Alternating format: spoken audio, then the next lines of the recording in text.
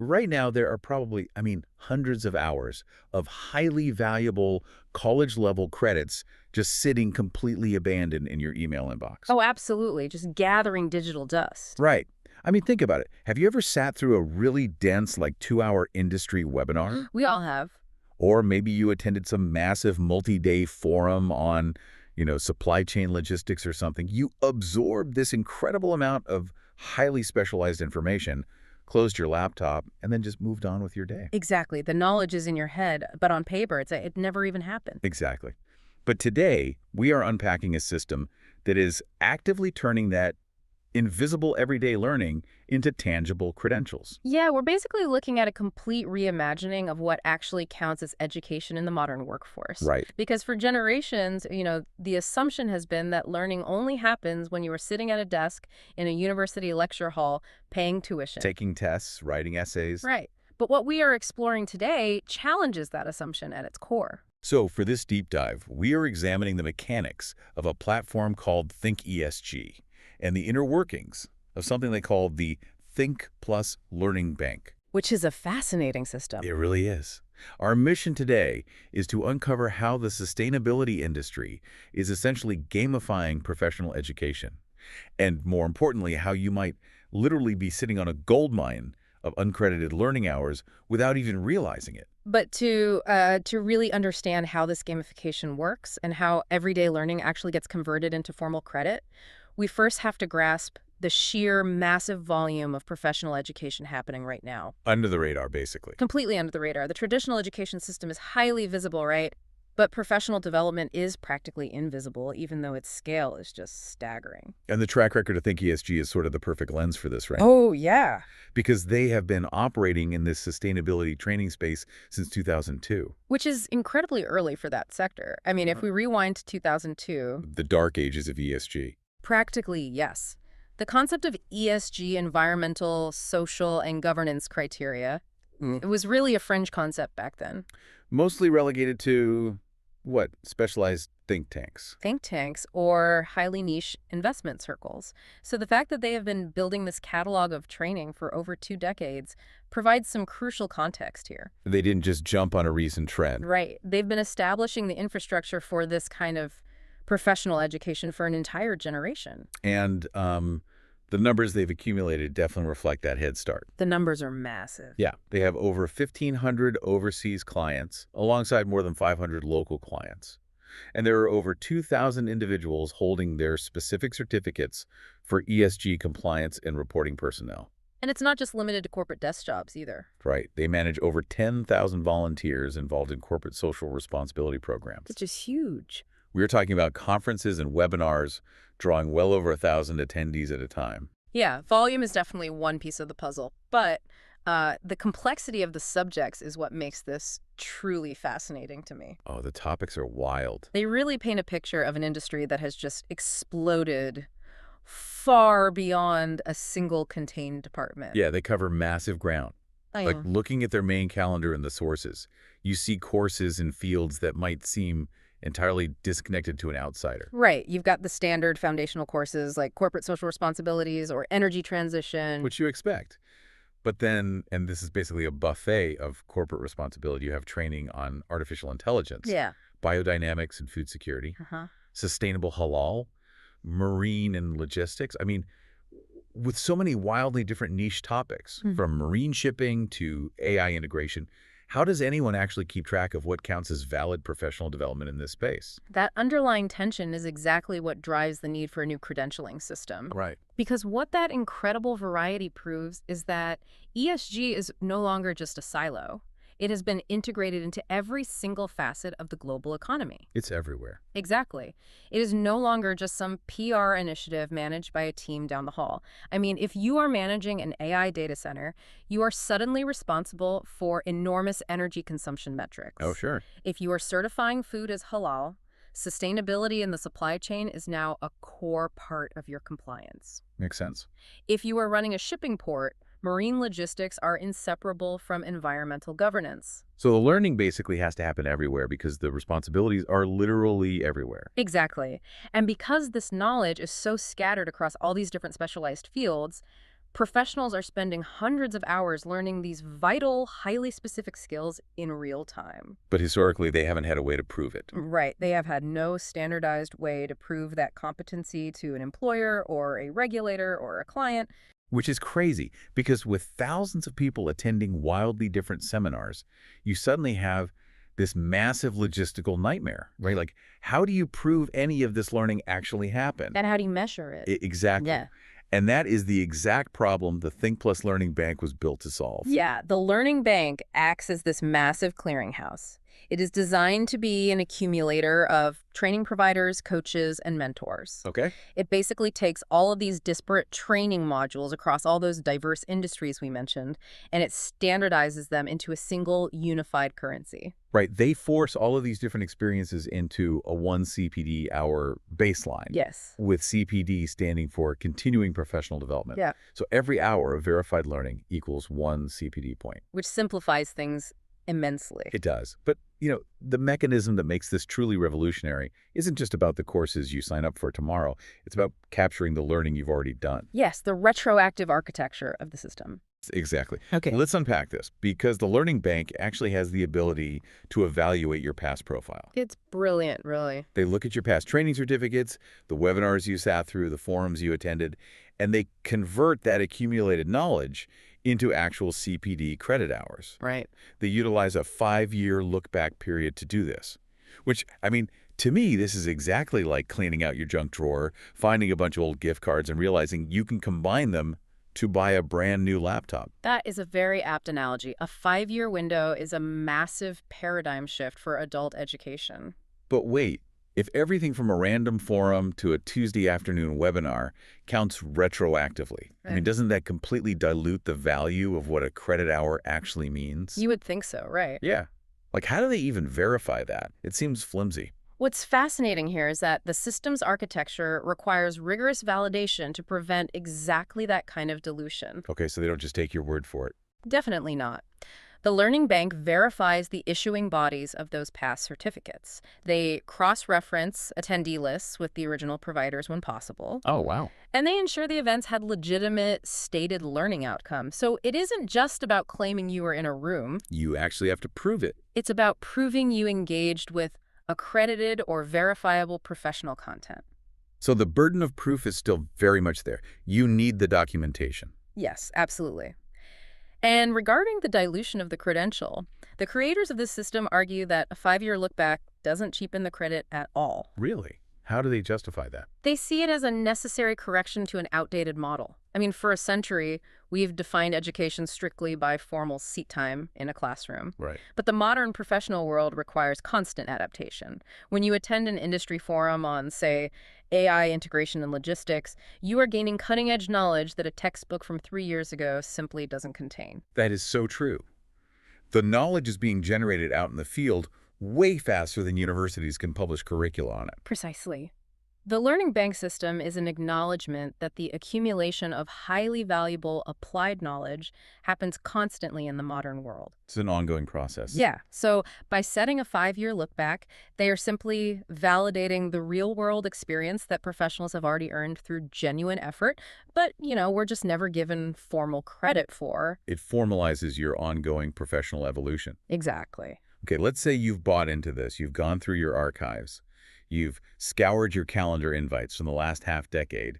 You found all those certificates of attendance for virtual summits and corporate workshops, and you submitted them to the Learning Bank. So now your account is funded, essentially. Right. Suddenly you have this stockpile of these 1-hour CPD blocks. What do you actually do with them? You redeem them. And this is where the concept of gamification becomes incredibly tangible. Okay. You use those accumulated hours to unlock high-level industry credentials. It's like assembling a professional mosaic. Right. You are taking all these scattered individual fragments of knowledge, like a 1-hour webinar here, a 2-hour workshop there, and piecing them together until they form a complete, recognizable masterpiece. That's a great way to look at it. And the masterpiece at the end of that process is significant. What kind of credentials are we talking about? Well, the Think Learning Bank partners with several heavyweight accrediting bodies. You can redeem hours for certificates from GAFM, which is the General Academy for Finance and Management. Oh, that's a big one. Yeah. There are courses accredited by the Human Resource Development Corporation, or HRDC, and they even have collaborations with universities for executive masters and executive diplomas. Wait, actual university diplomas? Yes. But the centerpiece for many people in the sustainability space is the ISO 14024 certification. Okay, let's pause on ISO 14024 because honestly, that can sound like complete alphabet soup to anyone outside the compliance world. Oh, for sure. What makes that specific certification such a big deal? So ISO stands for the International Organization for Standardization. Right. And ISO 14024 certification is essentially the global gold standard for personnel certification. Okay, so it carried a lot of weight. A massive amount. It proves that an individual's competence has been assessed against internationally recognized, highly rigorous criteria. So it's not just a local thing. Exactly. If you hold an ISO 14024 certification, your expertise is recognized across borders, regardless of where you originally trained. It provides incredible global mobility for a professional. That really puts the cost of these credentials into perspective then. Yeah, they scale up based on the complexity. Right, because looking at the sources, if you want a basic professional certificate in applied ESG practice, that just requires 10 CPD hours. Right, a lower barrier to entry. But if you want to step up to an ISO 14024 certified ESG compliance and reporting personnel credential, that bumps up to 16 CPD hours. It requires a deeper, more sustained commitment to learning. And it goes much higher. Like an ISO 14024 certified ESG and sustainability impact consultant requires 34 CPD hours. Yeah, that's a serious commitment. And if you're aiming for those university-affiliated credentials, an executive diploma in applied ESG practice requires 30 CPD hours, plus a macro-analysis project. Right. And an executive master requires 30 CPD hours, plus a microanalysis project. So it's not a free ride. No. So you aren't just cashing in hours. At the highest levels, you still have to actually demonstrate applied knowledge through comprehensive assessments. Yes. And if we connect this to the bigger picture to really see the genius of this tiered system, we should look at how it solves a massive logistical problem for the average worker. Right. Consider the traditional barrier to entry for high-level accreditations. Okay, let's imagine a hypothetical mid-career professional. We'll call her Sarah. Okay, Sarah. She's a supply chain manager. She works 50 hours a week, and she knows ESG compliance is going to absolutely dominate her industry over the next decade. Right. Under the traditional model, if Sarah wants to get an executive master's degree or a major certification to future-proof her career, she has an incredibly steep mountain to climb. She practically has to pause her life. She likely has to take 2 years off work entirely or sacrifice literally all of her evenings and weekends, all while taking on significant financial debt for tuition. Which is brutal. For a busy professional, that barrier is often insurmountable. She simply doesn't have the time to go back to school. So what does this all mean for someone like Sarah? I mean, it's literally like an arcade prize counter, but instead of turning in your tickets for a giant stuffed bear, you're cashing them in for an executive diploma in applied ESG practice. Exactly. The Think Learning Bank breaks that insurmountable mountain down into 1-hour steps. It makes the credential incremental. Right. Sarah goes to a mandatory corporate training on biodynamics. That's 1 hour banked. She attends a webinar on halal supply chains during her lunch break. That's another hour. Over the course of maybe 2 years, simply by participating actively in her industry, she builds up those 34 hours. Oh, wow. She qualifies for her ISO certification without ever having to quit her day job. That is amazing. It fundamentally changes the psychology of professional development. It really does. It gives you an actual reason to pay attention during those mandatory, usually boring training sessions. You aren't just surviving a Tuesday morning meeting anymore. You are actively banking hours for your executive diploma. It is incredibly motivating. But as we look deeper into the mechanics of the Think Learning Bank, it becomes pretty clear this setup isn't just some charity project for busy professionals like Sarah. Definitely not. There is an entire secondary ecosystem here that makes this financially viable and honestly highly lucrative for businesses. Yes, because the learning bank is fundamentally a two-sided marketplace. It needs an endless supply of educational content to keep those professionals engaged and banking hours. Right. And that brings us to the strategic partner ecosystem. Yeah, so trainers, coaches, mentors, and even business owners can plug directly into the Think Plus Learning Bank as strategic partners. And the benefits for them are multi-layered. Oh, it's very appealing for them. If they provide training, they earn their standard training fees. Yeah. If they refer new users to the platform, they earn referral fees. Standard affiliate stuff. Right.